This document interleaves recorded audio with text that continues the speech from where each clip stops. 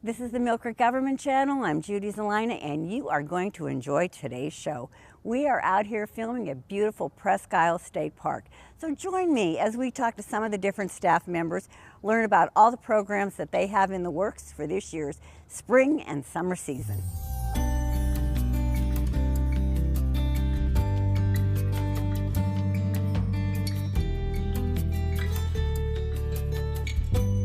We are in the lagoon area with Emily Hauser. Emily is going to tell us everything we need to know about kayaking. Emily, thank you for joining us. Oh, thank you very much for coming out here on this beautiful sunny day at Presque. It's beautiful. I know kayaking is such a popular activity here at Presque. Yes, and then not even just at Presque. Pennsylvania is actually only second to Alaska in the states that have the most waterways. And so Pennsylvania-wide, there's plenty of opportunity to get into some streams and to some areas like the lagoons behind us here and get out in your kayaking. So you can take that kayak anywhere you want in Pennsylvania. Exactly. There's going to be some place to plop it, right? Right. But of course, we always welcome you here at Presque. We have a variety of opportunities for people who enjoy kayaking or want to try kayaking. For instance, if you want to get out with an experienced kayaker or one of our educational staff, we have multiple programs that people can get involved with, and come on out with us on a guided tour of the lagoons, where we'll not only help you learn how to kayak and how to use the equipment properly, but we'll also point out some of the natural history that you're seeing, some of the plants, some of the animals that are here at Presque. Okay, Emily, first off, I want to step back a little bit. Okay, let's say I am an individual, I've never kayaked before, and I'm reading that kayaking is so great and relaxing and invigorating, but I don't own a kayak. Sure. If I come down here, and I don't know how to kayak, so if I come down here, can I rent a kayak? Yes. And then you'll train me or teach me what to do so I don't drown? So you don't flip over? There's a couple different layers to that. First off, for kayaking programs that are offered through DCNR with environmental educators, oftentimes we have a limited number of kayaks that you can borrow from us for free. And so when you see that program being advertised, feel free to give us a call and let us know that you don't have a kayak, and we might be able to hook you up with a similar one like we have sitting here.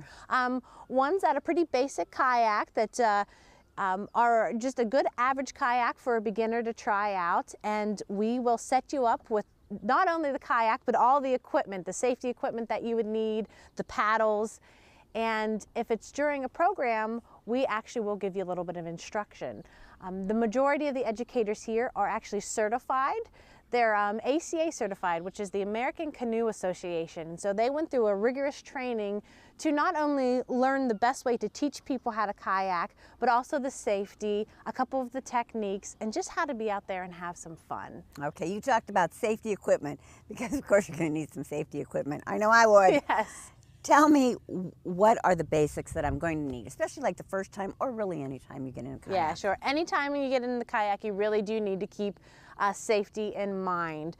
Without safety, you're not going to have a very good time. And so the number one item that you need to remember is your personal flotation device, or PDF as they're called.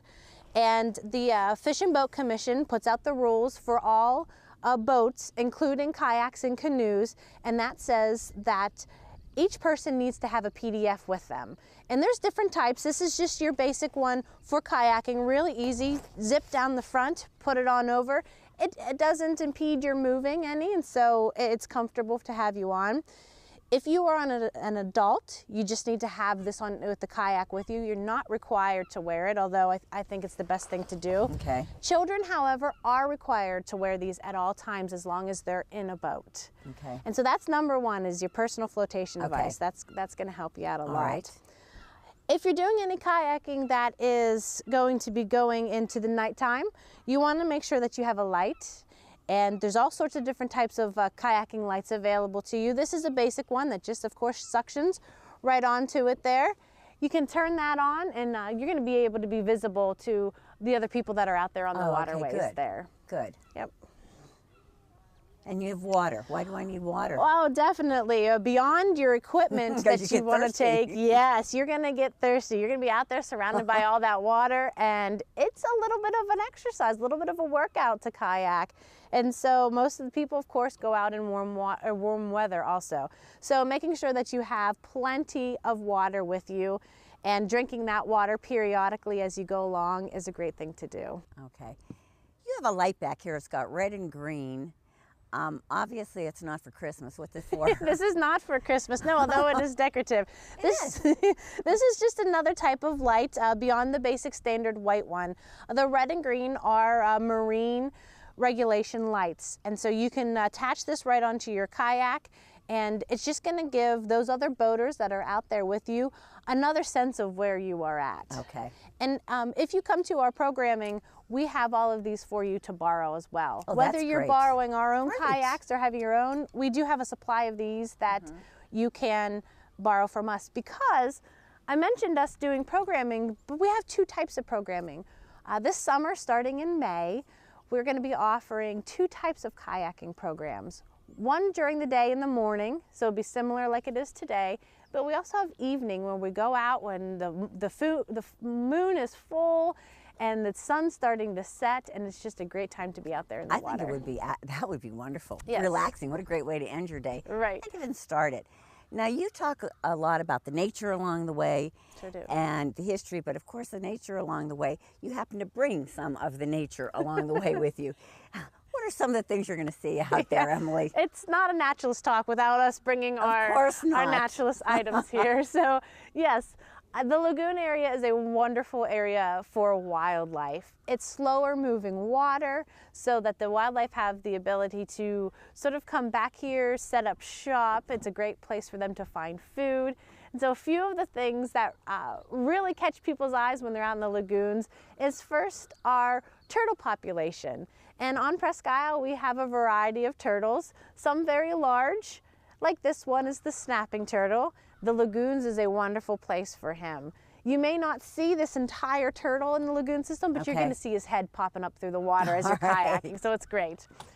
And then our smaller turtles, and of course this is just the shells here. Our smaller turtles, you're going to see them basking. There's logs all throughout the lagoon system. You're going to see them up there on nice sunny days getting nice and warm. Okay. And who's this friend? Oh, who's our friend there? Our furry friend here is the North American beaver, and they love the lagoon system. It is a great place for them to build their lodges, and we have a healthy population of North American beaver on the park. Do you really? We sure do, and this is a great way to be able to catch a glimpse of them. A lot of times people just see the signs of a beaver. Of course, they're going to be chewing the trees around the area, so you see the signs, but you don't often get to see the mammal itself. And so being out on a kayak, we're actually going to get back to some areas where beavers have built lodges and be able to see them swimming around. And those are like right at the edge of the water, aren't they? They do, yeah. They will build their lodges just right on the edge. Okay. And what we're seeing at the top dome part, that's just the top of the lodge. There's actually an extensive part that is built below the water also. And then inside can be up a couple different rooms. So they're pretty good homemakers. And then we're going to see a lot of nature out there too, aren't we? Oh, definitely. A lot of different plants. This plant here is one of our water lilies that we have in the waters back here. And depending on the time of year, you're going to see some different beautiful blooming flowers and some different pond plants out there. Emily, this is great. And I think what's great is a seasoned kayaker or a beginner, a novice. Exactly. There's something for everybody. Viewers, if you're interested in kayaking and catching some of these sites, check out their website, give them a call, see what the schedule is, and join them this summer. Yes, please.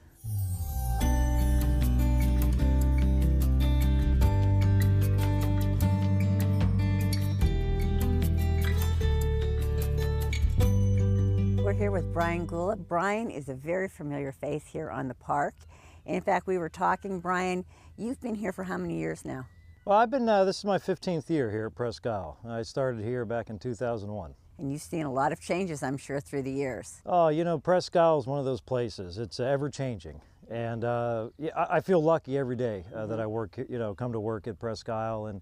you know, with every storm and every wave and you know, every breath of the wind, something new or something's different here in Presque Isle, and it's just a wonderful place. You know, for me, I come to work and I just never exactly know what I may see or encounter. Oh, well, we're glad to have you. We are so glad to have you on the park. We're going to talk today with Brian about one of my favorite activities here out on Presque Isle is the pontoon boat. Brian, you've been doing this for many years. We've been talking about it, but it changes with every year, like you said, with every day. So tell our viewers, they've heard about the pontoon, what's involved and how can they enjoy this experience? Well, you know, the pontoon boat program was well established even before I started here, and you know, this lagoon system that we have is just an incredible area to enjoy and get people accessibility to it, to really experience what Presque Isle is all about, and really that's the balance of wildlife that we have here, and also recreation. People visiting, you know, from all over the world and other states in our country that come to Presque Isle to go birding, to go fishing, to go for walks, bicycling on our wonderful bicycle trail, and just to have an experience, you know, to have an experience with nature. And this lagoon system is the place to do it. With a lot of wetland types of habitats, you know, there's more of a concentration of wildlife that call those places home. And here on the lagoon, we have a great opportunity to give people a chance with our pontoon boat program to experience the lagoon system and just enjoy the scenery and experience the wildlife as we go along. How many, in the summer, once it starts up, how many pontoon boat rides do you have in a day? Well, you know, we start Memorial Day, and so the pontoon boat program runs from Memorial Day through Labor Day. All right. And we run 3 rides a day, 11 o'clock, 1 o'clock, and 2 o'clock. Now, you have to get a reservation for those. Do you have to call in for a reservation? Or can I just show up? Sure. It's a first come, first serve operation. All right. And so here in our, just past the Perry Monument, next to our East Boat Livery, is our little pontoon boat station. And we start our sign-up procedure at 10 o'clock a.m. So if they're on the park during the pontoon boat season and they come down in person, they can sign up starting at 10 for any one of the rides, the 11, the 1, or the 2. Okay, all right. I got signed up. It's a go for me. I'm on the boat. What are some of the things I'm going to see? Well, because you see different things at different times of the day, sure, don't you? You know, wildlife activities, some animals are more active in the morning. Sometimes you see things in the afternoon, and of course, sometimes you see things, you know, different things in the evening. And basically, you know, what's nice about the pontoon boat program is that it's a volunteer-based program. So most of my drivers and my sign-up people and my interpreters are all volunteers, and they just share the passion for the peninsula like we do here, you know. Right. And they just love to interpret what they see. And so it's a 1-hour pontoon boat ride, and we kind of start things off here at what we call Graveyard Pond, which has a great history and a great name behind it, going back to the Battle of Lake Erie. I was going to say graveyard. Why? Well, the legend is... Give me a quick synopsis of this one. The legend is that while Oliver and his men returned from the battle, they had to anchor off at Misery Bay. And at that time, it was called Little Bay. And it was a very harsh winter for them. They were quarantined. And they had to endure that harsh winter. Imagine living through an Erie winter on a boat. And so the legend is that some of those men did not survive. And because this body of water was close by, they brought the men over to this area, cut holes through the ice, and buried the dead. Really? Hence the name Graveyard Pond. Well, there you go. Look, we're even getting a history lesson. We always learn something new with you, Brian. Okay, that is just one of the things that you're going to be learning about, right? As you're going out and about. Because it's not only observing nature, it's history too, Absolutely. Right? You know, the peninsula itself is very rich with history. Yes, it is. And of course, it played a major role in the heritage of the city of Erie. And this lagoon system itself has such a rich history behind it. In fact, these were individual ponds. This wasn't a lagoon system. And one of the things we all like to talk about on the pontoon boat program is, in fact, that this was man-made. And going back to 1933, these individual ponds were dredged out and connected, creating the lagoon system that we have today. Really? Now see, I didn't even know that. I didn't know. You know what? I need to come and take one of those pontoon rides. So the interpretation of the history and in the natural history, Right. Just give people an amazing trip, amazing fun opportunity. It really does. And the pontoon boat ride, it accommodates everyone. It's great for children, and we provide everything, life preservers, All right. binoculars. We have a lot of different props that we'll show folks. Good. As we go along, and it's just enjoying what we have. And this lagoon hardly disappoints. I think this is one of those activities. The reason I really like it is the whole family can enjoy it. Doesn't matter what your age is or anything. Just come on. Now, I understand, Brian, is the boat handicap accessible also? It is. We can take up to 2 electric wheelchairs on our pontoon boat ride, and we can do about 4 of the non-motorized wheelchairs. And that's nice to know, because sometimes there are activities that they aren't able to participate in. So you guys think of everything. I'm going to tell you, I just love this area. This is so peaceful. And I love all the activity that's going on right now. It is, and the pontoon boat ride, it has helped me form a lot of stories myself.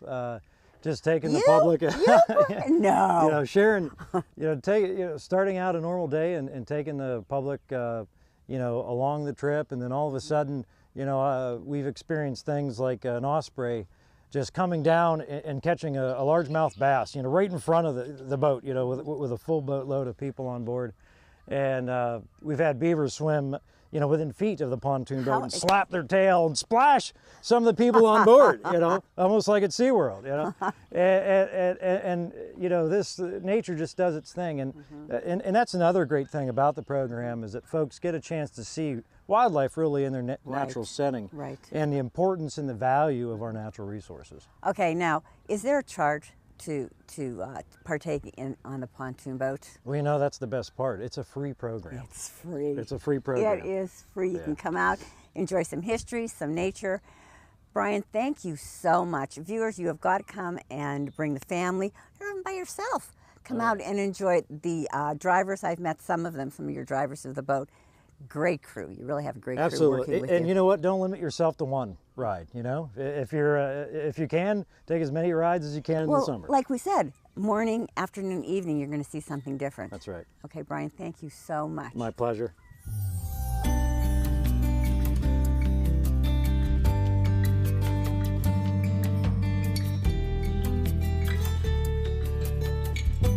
Fishing is so popular down here at Presque, and right now this is what we're going to be talking about, helping us and getting us through the fishing 101. We have Ray Bierbauer. Ray, good morning. Thank you so much for joining us today.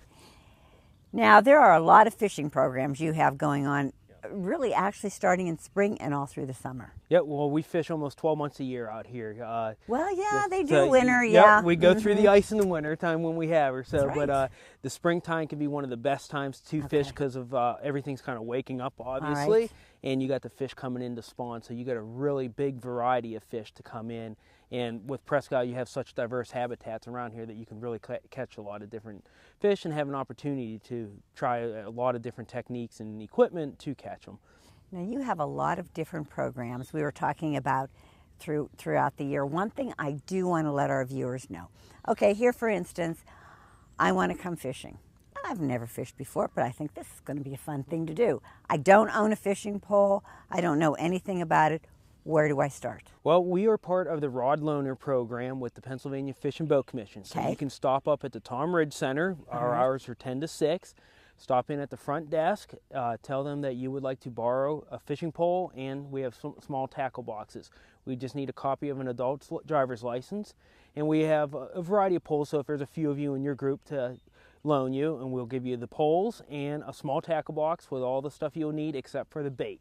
And your bait then you can go pick up at any of the bait shops or bring yourself. So that can be worms, grubs, pieces of hot dog, cheese, corn. They all work pretty good for the fish around the ponds and stuff. Fish here. like hot dogs? Yep, they'll eat the hot dogs. That'll be one of our primary baits that we use for a lot of our programs. It's something Really? easy. The kids will usually put them on their hooks themselves and stuff. So Well, fish, yeah, when they're hungry, that would they'll be eat. safe to put on. Yeah, so it's something that's pretty easy and convenient to have that most people have. So just little chunks of hot dog work well for that as well. Okay, now let's talk about some of the different programs that you have throughout the year. Okay, well, starting in this April 18th, we had our first day of trout that opened up, and that's in our ponds. And you can catch the trout in there through probably into early June or so typically. All right. So, but in that pond also we do a lot of our beginning fishing programs. We partner with the Millcreek fishing, and then we also have some other kids program days that we do out there. But this would be a pole that we would use out there. That looks like a pole that'd be my size. Yep, it's just a regular spin cast. It's pretty easy, and this is what most people would start out using.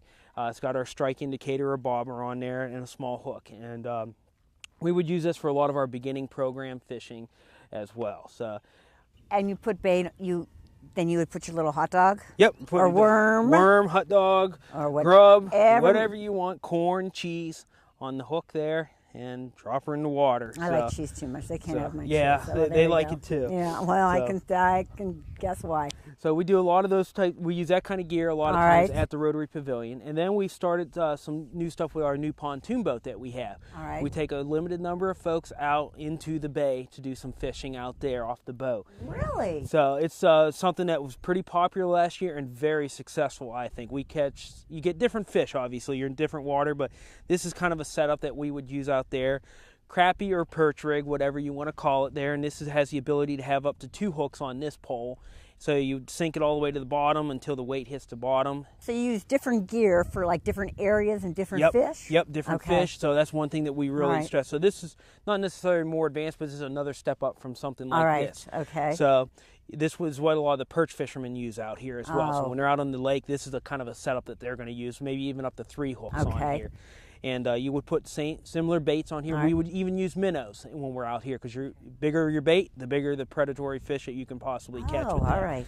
So, but we would use this out there. We also use this time set up when we do a program out at the North Pier. So we fish in the channel as you come into Presque. And that place there is a phenomenal place to fish, because you never know what you're going to catch there. Anything that's in the bay, it's got to come through there. So in the winter time, you can catch the burbot.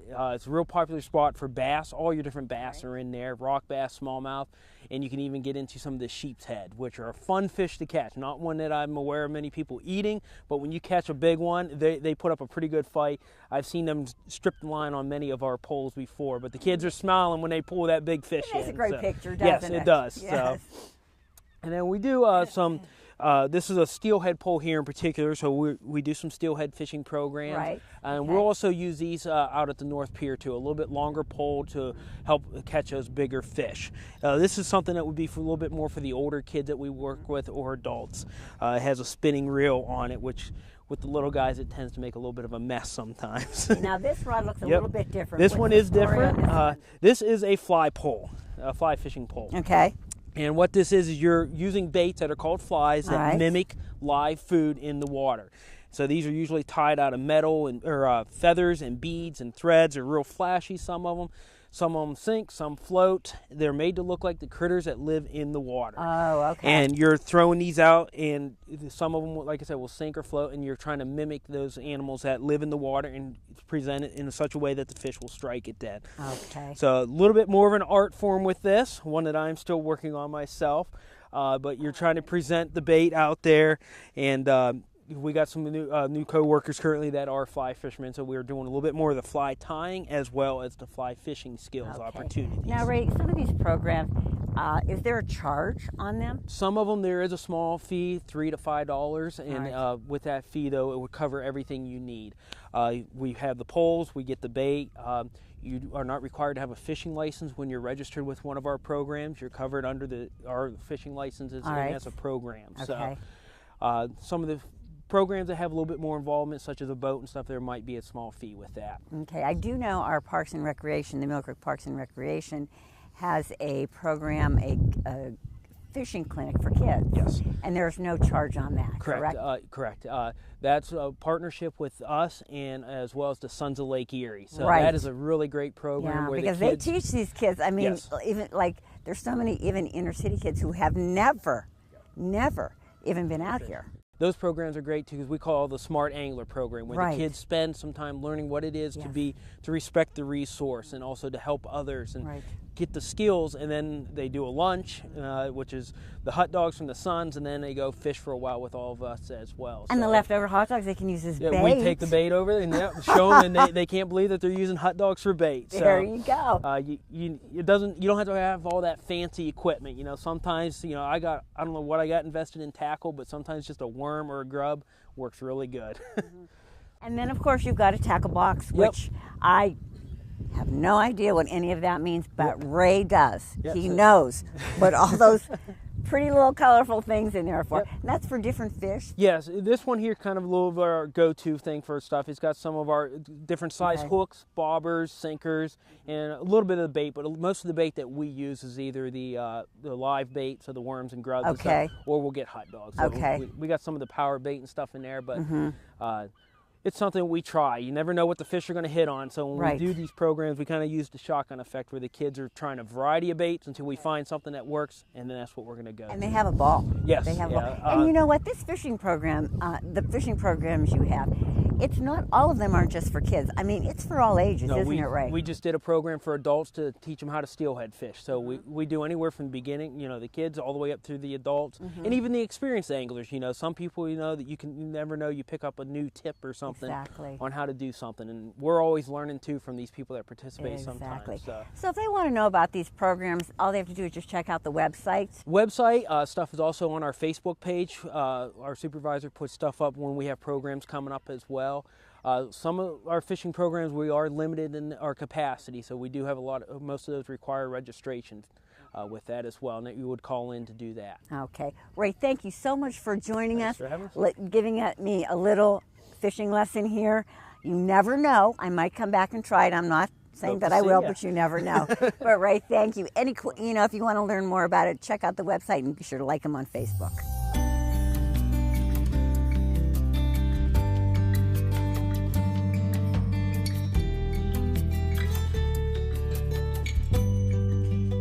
We all love biking at Presque.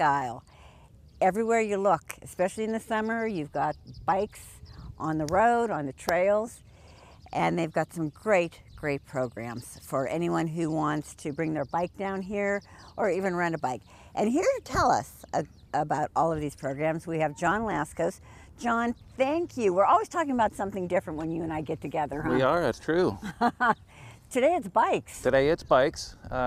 Presque Isle, being as that it's 3,200 acres, there's lots of things to see and do, and sometimes we feel that we don't have enough time to get around to all the places of the park to visit them. That's true. And one of the best ways we can do that is with a bicycle. First off, we're going to get into the different programs, but I'm standing here with John, and there's 3 different bikes here, and they all look a little bit different. Yes. They for different purposes, right? They're for different purposes. To my far left is a mountain bike. Those are typically used off-road, on trails, or in the sand and the dirt. To my far right is a good example of a road bike. It has very skinny tires, it's lightweight, it has a drop-down handlebar, and usually a pretty uncomfortable seat, especially for guys. Okay. In the middle here, And that's when you see they're riding it and they're bent they're always over. bent right over. Okay. In the middle here is what we call a hybrid, and that takes a few things from each style of bike and combines it into one. It's got narrower tires like a road bike. It's lightweight like a road bike.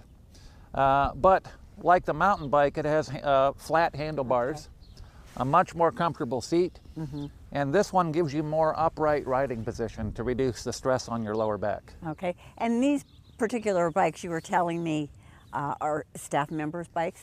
These are the bikes that the staff uses on public tours of the park via bicycle. We see a lot of bicycle riders on State Park now. They come down in the early morning or the late afternoon and they take advantage of the nice weather. Right. And then it's about 13 miles around, so that's a good way to train and get your exercise in. Okay, now you were telling me that you actually have organized rides here on the park. We do. Every year we do several organized rides.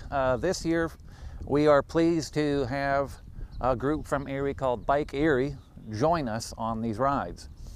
Typically what happens is everybody meets across the street at the Cookhouse Pavilion at 10 o'clock in the morning, and we will have about 45 minutes of instruction before we ride. The first one will be, for example, how to change a flat tire. Anyone who rides a bike is going to have to learn how to change a flat tire at some point in their life. All right. And then after the instruction, we will all get together and proceed riding along the multi-purpose trail. And we'll stop every so often, and if we see an interesting animal or birds on the water, we'll stop and talk about that. And also we'll talk about some of the historical significance on the park, such as the lighthouse or the old Foghorn Foundation or that sort of thing. So people get not only do they get some exercise, but they get some environmental education along with it. Okay, so when I'm riding, when I'm on this ride, you're actually going to stop sometimes? Yes, several and times. actually maybe like get off and take a look at the lighthouse? Correct. Because it's not a race. It's just meant to be a relaxing Saturday morning. We want people to get up off the couch, come out and get some exercise and enjoy the natural beauty that is Presque Isle. This is a great way to do it. Now, do you at the Trek Center or Presque Isle here, do you rent bikes? We personally do not rent the bikes. Okay. Typically people will bring their own bikes. And the reason we meet up at the Cookhouse Pavilion across the way is because they can have the opportunity to rent a bicycle from the concessionaire over there at the pump house building. Okay, and that's privately owned. That's not. That is private. Not it's a private concession. Okay. Yep. Okay. All right. If I go on these rides, tell me some of the interesting things I'm going to run into. It's a whole host of things. Other than a great person Right. in charge. My gosh, we could stop and look at owls' nests. We can stop and look at rare plants and trees. We can see waterfowl on the water. Maybe we'll catch some of the shipping that comes in and out of the channel. Drive by the Coast Guard station. We could watch purple martins congregate at certain times of the year. You never know. Spur of the moment things pop up because you never know what you're going to see out here at Presque Isle. Okay, now for these rides, do you have to call in reserve, make reservations? This year we do. Why is that? Well, because it's usually just one or two educators on these rides, and we like to keep it to a maximum of about 25, 30 people. Okay. That just makes the group more enjoyable and easy to keep track of. Okay. Do you see the same group coming all the time, or are you getting new people with every There are every a week? small handful of regulars, Okay. but we see different people every time. Okay. Maybe people who are visiting their family for vacation, they see about the program and they come on down and ride with us. Okay, in the summer, of course, that's when you're out riding your bikes. How many times a day would you have an organized ride, or is it daily, weekly, or how does that go? Because of our crazy schedule at the park and always something going on throughout the summer. Oh, really? You think it's crazy in the It's summer? a little bit down there? crazy. We're only doing this once a month from May to September. Okay. 5 times with Bike Erie. Okay, now I want to ask you a question. I'm driving around the peninsula, and there's signs that are relatively new I've seen put up, where it's the share the road and the forfeit. Right. Would you tell our viewers a little bit about that? Anywhere you ride a bicycle on the road, you always have the dangers of dealing with traffic. Right. So Pennsylvania recently passed a new state law that vehicles must give 4-foot berth to the bicycles on the road. Now that doesn't mean that bicyclists have the right to ride 3 or 4 abreast. If bicyclists are riding 3 or 4 abreast and they notice a line of traffic behind them, they're supposed to move into a single file line to let traffic pass. Okay. But if you are in a single file line, vehicles are required to give you a 4-foot berth. And that's basically for safety. Nobody wants to hit a bicycle. Right. But they're newer signs, aren't they? Yes, I think they were installed last year. Yeah, that's what I thought. Now I wanted to ask you too, I see people riding their bikes on the road, of course over on the side, but also when I'm walking, there's bikes on those trails. Are they supposed to be on the road, or do you share those areas? Cyclists have the right to ride on the road. Mm-hmm. They also have the right to ride on the multi-purpose trail. Okay. And that's the only trail bicycles are allowed on. Okay. And that's mainly because we're trying to protect the natural aesthetics and the integrity of all the old trails. Okay. If we allowed mountain bikes and that sort of thing on the trails, they would take a lot of abuse. Mm-hmm. And sometimes these trails are very delicate. Right. They contain fragile ecosystems. So right. we don't allow bicycles on the interior trails, just the multi-purpose trail. Okay. And another thing I wanted to ask you too is when I bring my bike down, where do you find the most popular place that the bikers start? Usually if they're riding their bike right at the beginning and then they ride the whole Yeah, a lot of people like to peninsula? park their bicycles at one of the Vista parking lots, like Okay. Vista 1, 2, or 3, Mm-hmm. and they can do a whole loop. You can stop at any of the beaches, park your car, take your bike off, and ride wherever you want. You can make a 13-mile circuit out of it, or just a couple of miles, doesn't matter. What I think is nice is it is difficult in Erie to ride your bike on the road. Yes. I mean, there's not many bike trails. That some roads have them, but not all of them. Presque, bringing your bike down to Presque gives you a safe and exciting environment to ride your bike in, don't you think? Safer. Safer. It's still Well, dangerous yeah, because the especially speed on limit on the park is 25. Mm-hmm. But there's still, anytime you put bicycles in proximity to cars, Right. there's always a possibility. So everybody has to be aware. And we recommend Everybody. everybody wears a proper fitting helmet. Mm-hmm.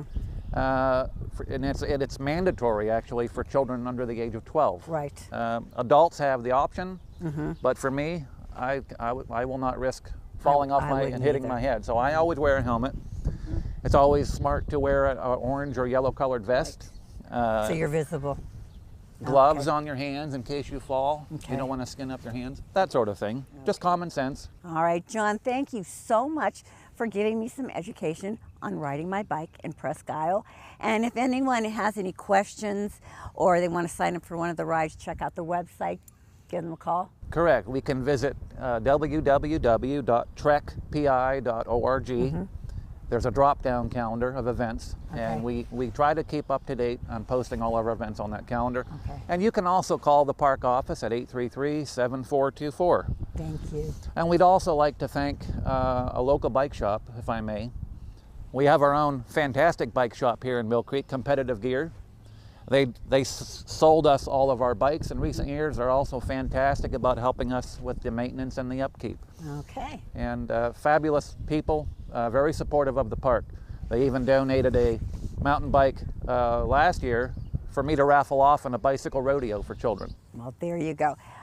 John, thank you so much for getting us updated on our bikes. Viewers, give them a call, sign up for one of these rides. Very good.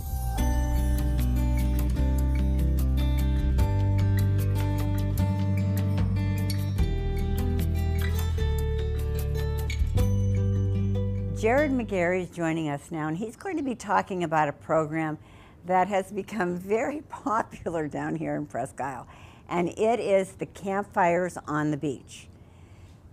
Thank you for joining us, and this is your first time This with is us. my first time, yep. Okay. Thank you for having me. Oh my gosh, this is a pleasure, and I like this program a lot, but there's a little bit more to it from what we used to talk about before. It's campfires on the beach.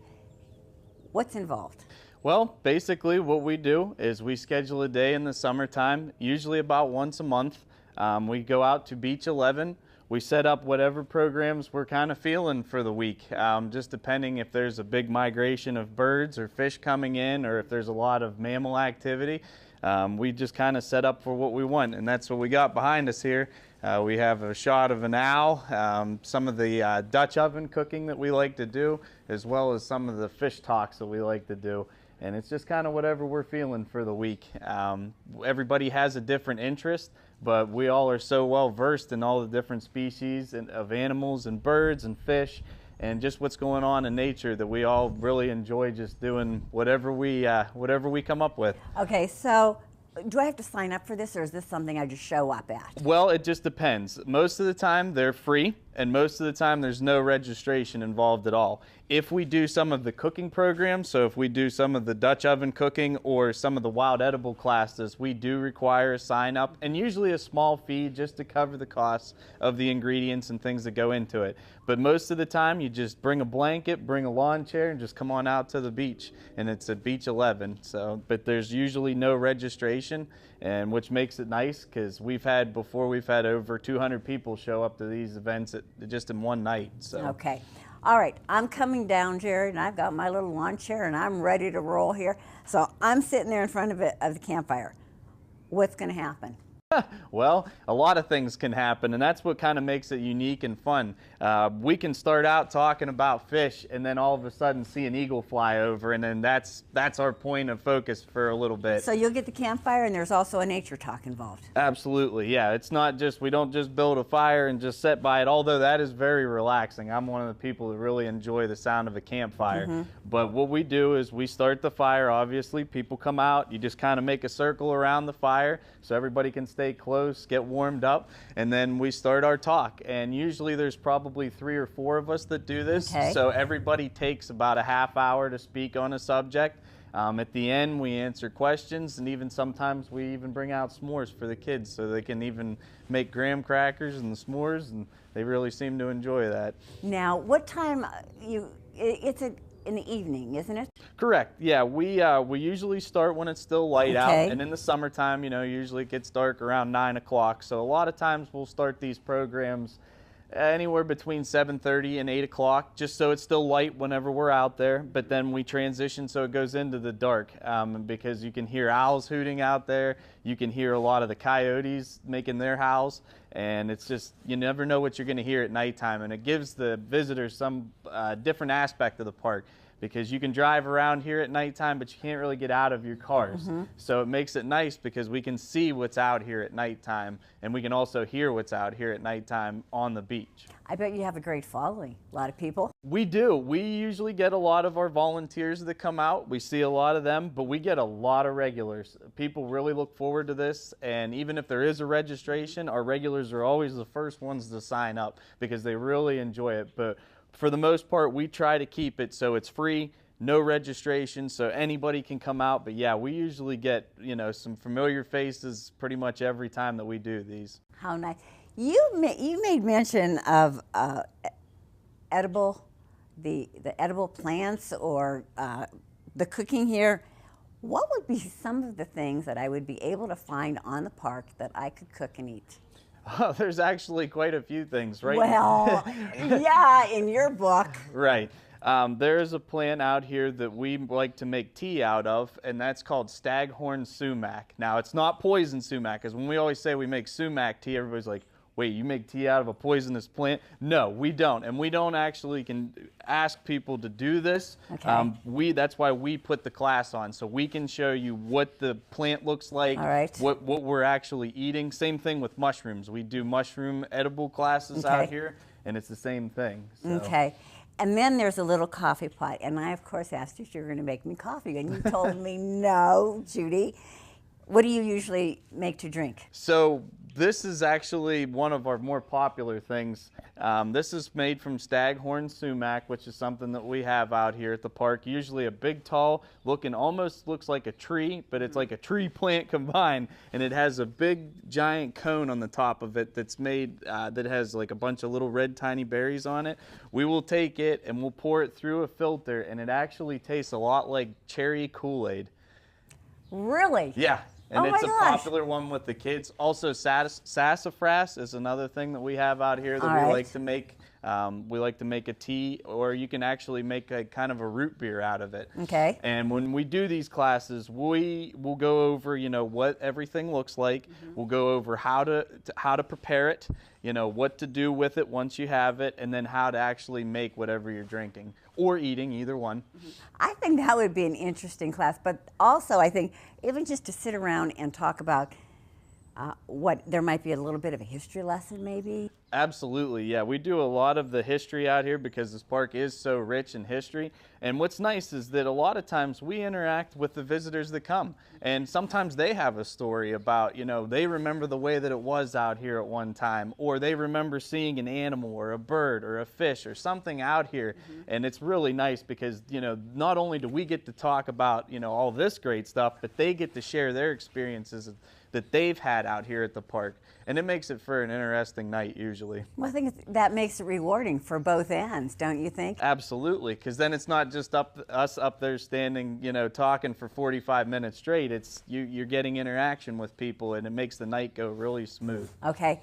Say this starts, like you say, you get things started around 7:30, 8 o'clock. How long does this usually go till? We usually go for about an hour and a half to 2 hours, just depending on what everybody wants. I mean, sometimes, you know, we'll let it go an extra half hour just because everybody's enjoying the time that they're having. Sometimes we get a lot of questions. Generally, if we schedule it for an hour and a half, most of the time it runs over 2 hours because we just really enjoy talking to the visitors that come out. We enjoy making the s'mores. We enjoy, you know, just hanging out with everybody because even though it's work for us, it's still fun. I mean, we still really enjoy it. And we like to talk with everybody. So now, I find it interesting. Now, your topics, you sort of, like you said, you scope it out like the day or two beforehand, and then you know what you're going to be talking about at that night, right? Right. And so it's a surprise for everybody. It's a surprise for us. There you go. Because a lot of times, I mean, we just kind of go by what we see. And if we see something that's really neat out there, then we're going to say, all right, well, this is what we're going to talk about tonight. Obviously, with the cooking, we have to do a little bit more preparation. We have to get the ingredients and everything. But and those you do have to register, of course, for those classes and a nominal fee. Right.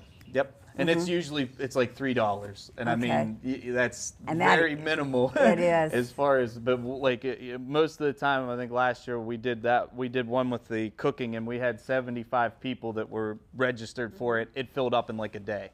Oh, so, I believe it. It does. It fills up quick. I know I always said I was going to take one of those classes.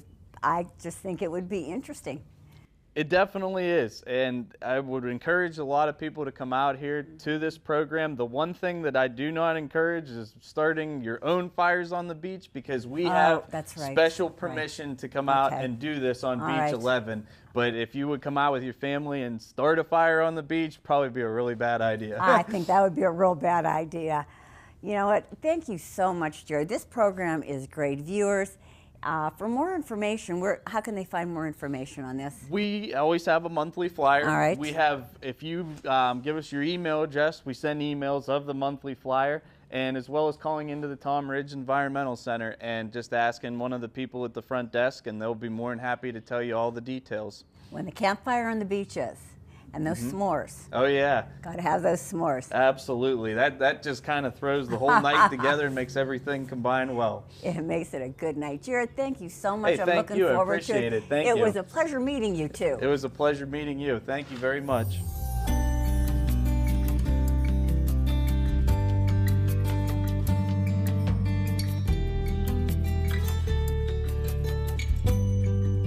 We're going to be talking about a relatively new program here on Presque, and here to tell us about it is Stacy Morant. This program is called Adopt a Beach, correct? Correct. It's called Adopt a Beach, and we're on our third year for Adopt a Beach at Presque State Park. Adopt a Beach has actually been around, and it's a program that is around on the Great Lakes.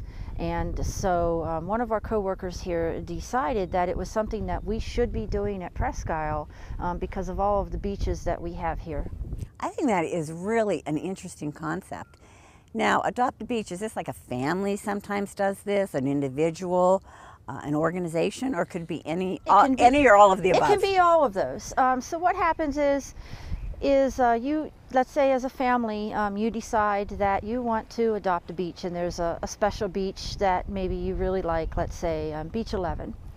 And you would come to meetings. They have meetings once a month, and also at those meetings during that time, you'll go out and onto the beach and you pick up litter.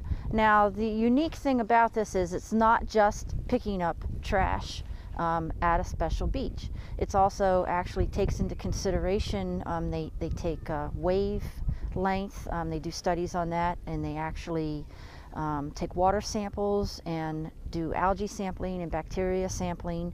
And so there's about 3 or 4 sheets of other information that you have to fill out. But it's not scary once you get to know how to do all the different measurements and things like that. I mean, it comes really easy, and you can fill things out pretty quickly. How often do I have to come to the beach and sort of check it out? It's once a month, and it begins in May, and it goes until October. Okay, and there's a sheet. Once I have adopted this beach, and this is Judy's beach now. Yes. Once a month, I'll get a sheet, and it'll have different items that I've collected, that I've picked up. Yes. So our sheet here, we have what you actually do when you're finished is you actually weigh your trash. Oh, okay. And so we weigh it, and that's one of the parameters and one of the criteria for Adopt a Beach is we want to know exactly, how much in weight that we're picking up. Okay. And then it's actually separated. So we say, it seems a little tedious, but if you're in a group and you have people helping you, right. Maybe count how many cigarette butts you have, Okay. as an estimate. And so you count that and you write all that down on this sheet. Okay. And, how, so we kind of know, the percentage wise of, what is the most and the most collected piece of trash that we have on the beach. Okay, I'm going to ask you now. And now what is it? Yes, you've already. What is it? Well, you've piqued my curiosity. A big percentage of what we find on the beach is cigarette butts. And I like to say that there's kind of 2 kinds of trash that we find on the beach. So the first kind of trash that washes up on the beach. So it's been in the water and it's washed in. Exactly. Okay. So it's been in the water, and especially after a big storm, and you have the waves, coming up pretty high on the beach, we can find a lot of little pieces of plastic and cigar tips, cigarette butts, and all those kind of things that washed up on the beach. Okay. Now the second kind of trash that we find out on the beaches is from the participants that use the beaches and leave their trash there. I mean, sometimes it's by accident, Right. and and we're not saying that everybody does that. Sometimes it's by accident, and sometimes it's on purpose. Okay. When you find a diaper that's buried in the sand, that's on purpose. So unfortunately, diapers is an item that we find. A lot of straws, paper cups, things left over from people's lunch when they were out here on the beach.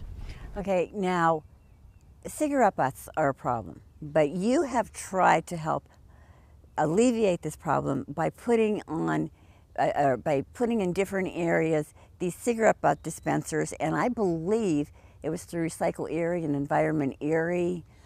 Yes. And Keep Pennsylvania Beautiful. It was a partnership, right, for these receptacles. Yes, it was a partnership, and they all came together, and that was another need that we saw on Presque. We have a cigarette butt problem, and what can we do, to help that? What can we do to help people keep their butts off the beach? So that's what we call it. Slogan. Keep those butts off Keep the the beach. butts off the beach. And so we have these up on several of the beaches, and we actually decided on what beaches to put these at from the information that we were collecting. What are the beaches with the highest use? Okay. And where are the most cigarette butts being found? And I think this is there's a little poster up here that said, "This is litter too." I really think when people think of litter, they're thinking of bags and trash and don't realize that a cigarette butt is litter. Exactly. So it's all Right. education, and when they come on the beach, they see this and say, "Oh wow, better collect my butts and put them in here." Exactly, right. And if you think about it, I mean, little kids, they play in the sand a lot. Right. And if you have little toddlers and, they stick things in their mouth, you don't want a little toddler picking Right. up a cigarette butt and, oh, this looks good to eat. Right. And it's just something that I don't want. Keep the beaches clean. Right, I wouldn't want my kids You playing were with it. talking about the problem that you have on the beaches with little pieces of plastic. Yes, now the little pieces of plastic are from the trash that washes up from the water. Okay. And so little pieces of plastic, of course, have started out, possibly as a whole bottle, and eventually they break down into smaller pieces of plastic. But with the plastic, what happens is the plastic actually collects pollutants that are in the water already. All right. And a lot of these pollutants, they're actually, they don't want to be in water. They want to adhere to something. And so if a piece of plastic floats by, the pollutants will attach themselves to that. And that makes that piece of plastic really hazardous. And then so if you have fish or ducks or anything like that that ingest that plastic, then those contaminants get into their system. I never knew that. Yeah. So even with our spring cleanup that we have, and we have about 400 people come out to that, and I try to stress picking up small pieces of plastic. That's important too. That is very important to pick up the small pieces, because eventually, if they're not picked up, then another storm comes around and the waves will wash them back out into the water again. You've got a few samples of some little pieces of plastic. And look, it's just like a bottle cap. See, it's blowing out of my hand already. Yeah, and see, it just blows away. So a lot of it is, you know, like the bottle cap could be very unintentional. Someone might not want, you know, not deliberately leave it, but it does happen. And it happens. I mean, accidentally, you know, especially if you have, you know, a lot of, you're bringing your whole family to the beach and you're trying to get things packed up and things accidentally fall or drop. But this here, I mean, this is an example of a smaller piece of plastic, and it doesn't look like much, but, you know, that has been tested. They've been doing testing on these, and it has contaminants on it. So, well, this is a great reason for people to adopt a beach. How would somebody go about adopting a beach if they wanted to? Well, you would call the park office, and that phone number is 833-7424. And you'd say, hey, I'm interested in adopting a beach. And they will connect you to John Lascos, and he's actually our environmental educator who's in charge of that program. And he sets everything up for you, and he will teach you, you know, how to do all the different measurements and everything at Adopt a Beach, which I said it may sound scary at first. I was going to say, but it really isn't. It really isn't. I mean, once you learn how to get a water sample and collect the pH, and, you know, after you do it once, you know, it comes easier and easier every time you do it. Plus how rewarding to be able to help keep Presque, your own park right here, to help keep it clean and to be a part of it. Yeah, and I think that's really awesome. It is, and you can say, hey, you know, my beach is, you know, beach 6 or, you know, beach 9, and I have cleaned that up all summer. And another good thing to remember, though, is you don't have to be part of an Adopt a Beach or an annual cleanup to pick up trash. That's right. If you're out there and you see something, put it in a bag and take it with you. Right. Stacy, thank you so much for letting our viewers know about how to keep the park clean, how to adopt a beach if they're interested. I'm sure you're going to be getting some calls. I hope so. Thank you. All right. Thank you, Stacy.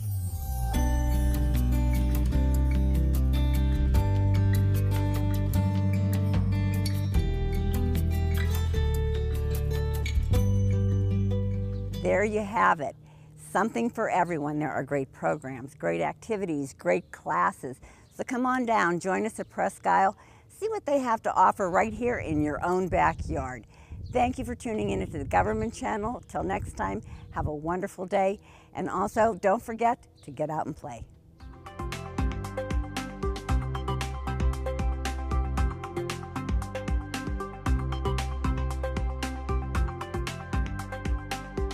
You're watching the Millcreek Government Channel, powered by WQLN Public Media.